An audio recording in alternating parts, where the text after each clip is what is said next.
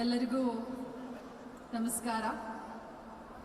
ವಿಶ್ವ ವಿಕಲಚೇತನರ ಈ ದಿನಾಚರಣೆಯ ಶುಭಾಶಯಗಳನ್ನು ತಮ್ಮೆಲ್ಲರಿಗೂ ಹೇಳ್ತಾ, ಇವತ್ತಿನ ಈ ಒಂದು ಅರ್ಥಪೂರ್ಣವಾದಂಥ ಕಾರ್ಯಕ್ರಮ, ಈ ಕಾರ್ಯಕ್ರಮವನ್ನು ಉದ್ಘಾಟನೆ ಮಾಡಿದಂಥ ನಾಡಿನ ನಮ್ಮ ಹೆಮ್ಮೆಯ ಮುಖ್ಯಮಂತ್ರಿಗಳಾದಂಥ ಶ್ರೀ ಸಿದ್ದರಾಮಯ್ಯ ಸಾಹೇಬ್ರೆ, ಉಪಮುಖ್ಯಮಂತ್ರಿಗಳಾದಂಥ ಶ್ರೀ ಡಿ ಕೆ ಶಿವಕುಮಾರ್ ಸಾಹೇಬ್ರೆ, ನಮ್ಮ ಬಾಲಭವನದ ಅಧ್ಯಕ್ಷರು ಸಹೋದರರಾದಂಥ ಬಿ ಆರ್ ನಾಯ್ಡು ಅವರೇ, ಸಂಗಮೇಶ್ ಅವರೇ, ನಮಗೆ ಉಪನ್ಯಾಸ ನೀಡಲಿಕ್ಕೆ ಬಂದಂಥ ಶ್ರೀಮತಿ ಇಂದುಮತಿ ರಾವ್ ಅವರೇ, ಆಯೋಗದ ಆಯುಕ್ತರಾದಂಥ ದಾಸ್ ಸೂರ್ಯವಂಶಿ ಅವರೇ, ನಮ್ಮ ಇಲಾಖೆಯ ನಿರ್ದೇಶಕರಾದಂಥ ಸಿದ್ದೇಶ್ ಅವರೇ, ಅದೇ ರೀತಿ ಈ ಒಂದು ಇಲಾಖೆಯ ನಿರ್ದೇಶಕರಾದಂಥ ರಾಘವೇಂದ್ರ ಅವರೇ, ಇಲಾಖೆಯ ಎಲ್ಲ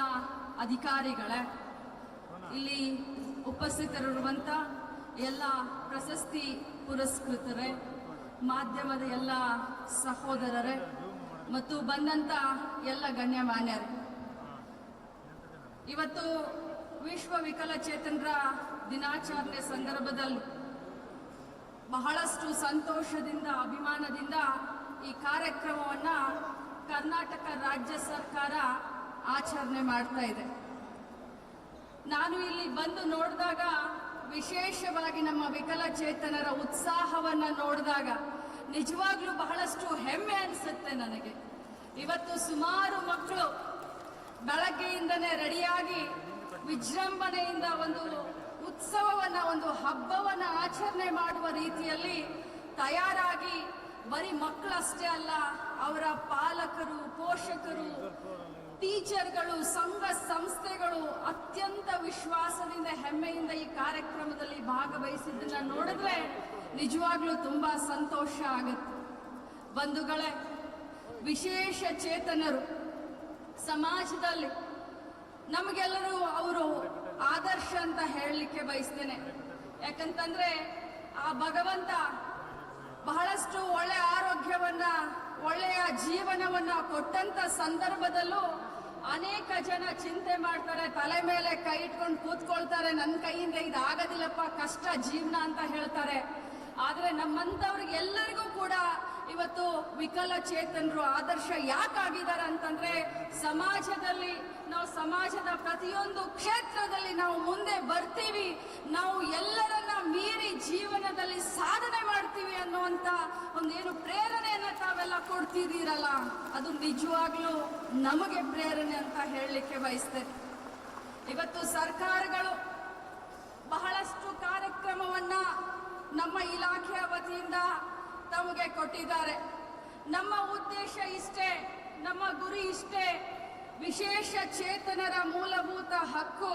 ಯಾಕಂತಂದ್ರೆ ಭಾರತ ದೇಶದಲ್ಲಿ ಸಂವಿಧಾನಬದ್ಧವಾದಂಥ ಹಕ್ಕು, ಎಲ್ಲರಿಗೂ ಸಮಾನವಾದಂಥ ಅಧಿಕಾರ, ಎಲ್ಲರಿಗೂ ಸಮಾನವಾದಂಥ ಅವಕಾಶ ಏನಿದೆ, ಅದು ಇವತ್ತು ವಿಶೇಷವಾಗಿ ವಿಕಲಚೇತನರಿಗೂ ಇರಬೇಕು ಅನ್ನೋದೇ ನಮ್ಮ ಉದ್ದೇಶ, ಮಾನ್ಯ ಮುಖ್ಯಮಂತ್ರಿಗಳ ಉದ್ದೇಶ. ಇಲಾಖೆಯಲ್ಲಿ ಅನೇಕ ಕಾರ್ಯಕ್ರಮಗಳನ್ನು ನಾವು ನಿಮಗೆ ಕೊಟ್ಟಿದ್ದೇವೆ. ಎಲ್ಲ ಕಾರ್ಯಕ್ರಮಗಳ ಕೈಪಿಡಿಯನ್ನ ತಮಗೆ ನಾವು ಒದಗಿಸಿದ್ದೇವೆ.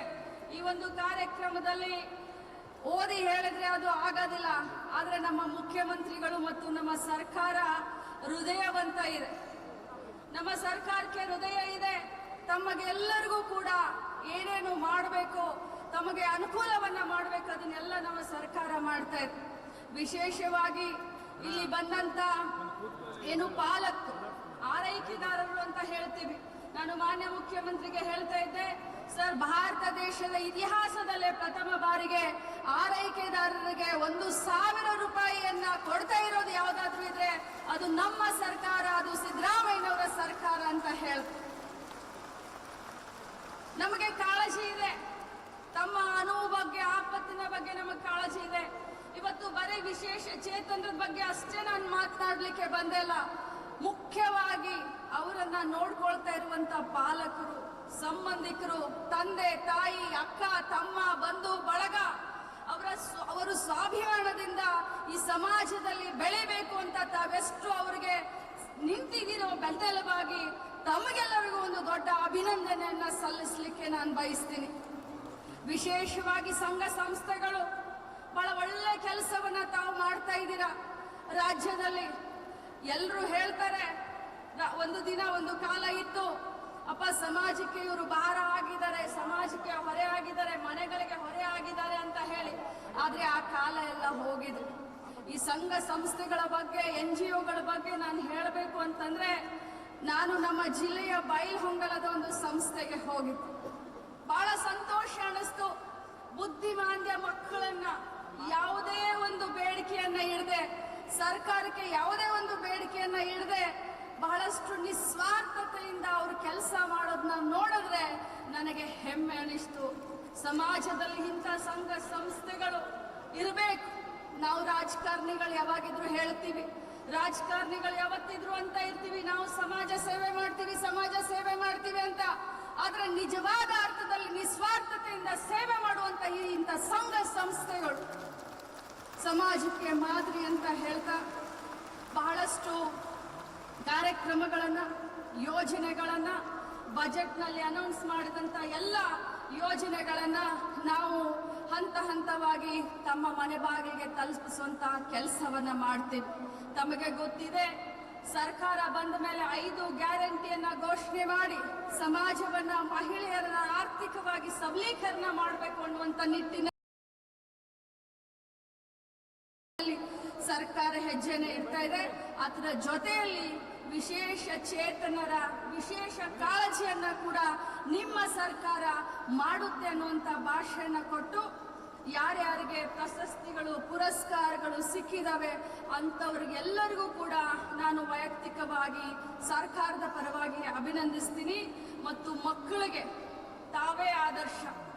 ತಮ್ಮನ್ನ ನಾನು ಎಷ್ಟು ಹೊಗಳಿದ್ರೂ ಕೂಡ ಕಡಿಮೆ ಅನಿಸುತ್ತೆ. ಪಾಲಕರನ್ನ, ಸಂಘ ಸಂಸ್ಥೆಗಳನ್ನ ತಾವೆಲ್ಲ ನಮ್ಮ ಕಣ್ಣಿಗೆ ಕಾಣುವಂತ ದೇವರು ಅಂತ ಹೇಳ್ತಾ, ನಾಡಿಗೆ ಉತ್ತಮವಾದಂಥ ಪ್ರಜೆಗಳನ್ನ ತಯಾರಿ ಮಾಡ್ತಾ ಇರುವಂತ ತಮ್ಮೆಲ್ಲರಿಗೂ ಇನ್ನೊಮ್ಮೆ ಅಭಿನಂದಿಸಿ ನನ್ನ ಮಾತಿಗೆ ವಿರಾಮ ಹೇಳ್ತೀನಿ. ಎಲ್ಲರಿಗೂ ಒಳ್ಳೆಯದಾಗಲಿ, ಶುಭವಾಗಲಿ. ನಮಸ್ಕಾರ.